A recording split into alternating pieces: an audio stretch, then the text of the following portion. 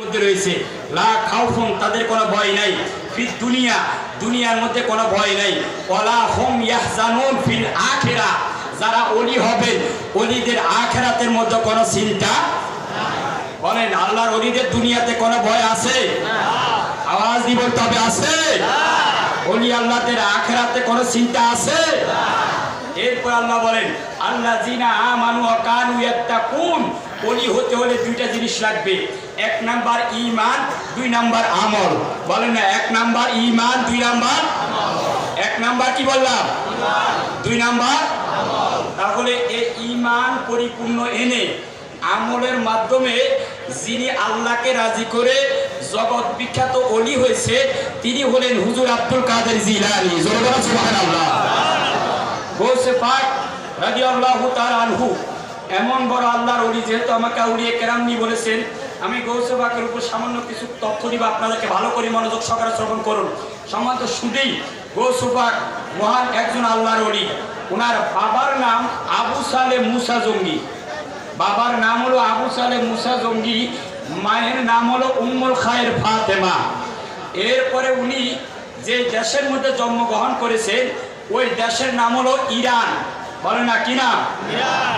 যে জায়গার মধ্যে জন্মগ্রহণ করেছেন ওই জায়গার নাম হলো গিলান। বলে না কি নাম? ইরান।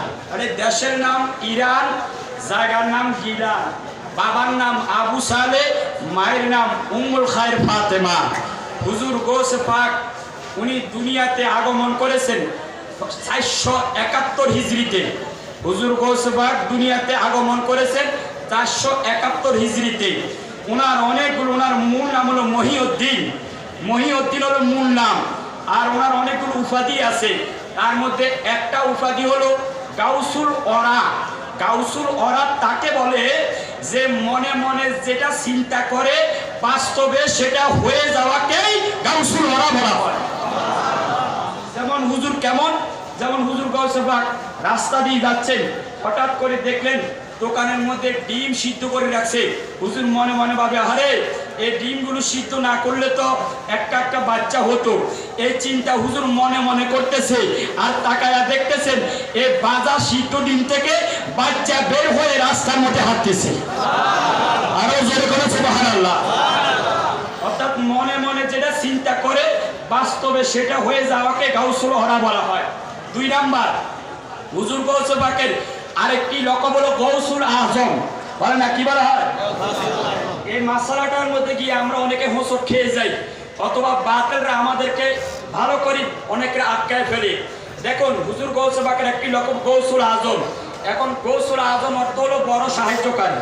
এখন একজন বাতিল যদি আপনাকে এসে বলে, ভাই আপনারা তো হুজুর আব্দুল কাদের জিলানীকে গৌসুল আজম বলেন, অথচ গৌসুল আজম অর্থ তো বড় সাহায্যকারী, বড় সাহায্যকারী তো আল্লাহ, আপনি যে গৌসুল আজমকে বড় সাহায্যকারী বলেন, শিরিক হয়ে যাচ্ছে না? বলে না শিরিক হচ্ছে না? না কেমনি? বড় সাহায্যকারী তো আল্লাহ। এখন আব্দুল কাদের জিলানী যদি বড় সাহায্যকারী হয় তাহলে তো দুইজনে বড় সাহায্যকারী হয়ে যায়, তাহলে তো শিরিক হয়ে যাচ্ছে। এখন জবাব কি দিবেন? হ্যাঁ জবাব আছে।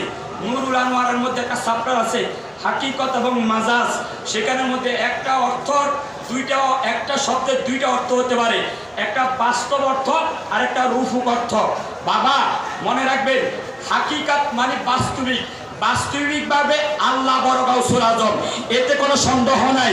রূপকভাবে অনেকে বড় গাউসুল আজম হতে পারে, তার মধ্যে একজন হলো হুজুর আব্দুল কাদের জিলানী। সুবহানাল্লাহ। এখন আমি আপনাদেরকে একটা উদাহরণ দিলে ক্লিয়ার হয়ে যাবে। যেমন এই জায়গার নাম কি? মুশিখোলা। বলে না কি?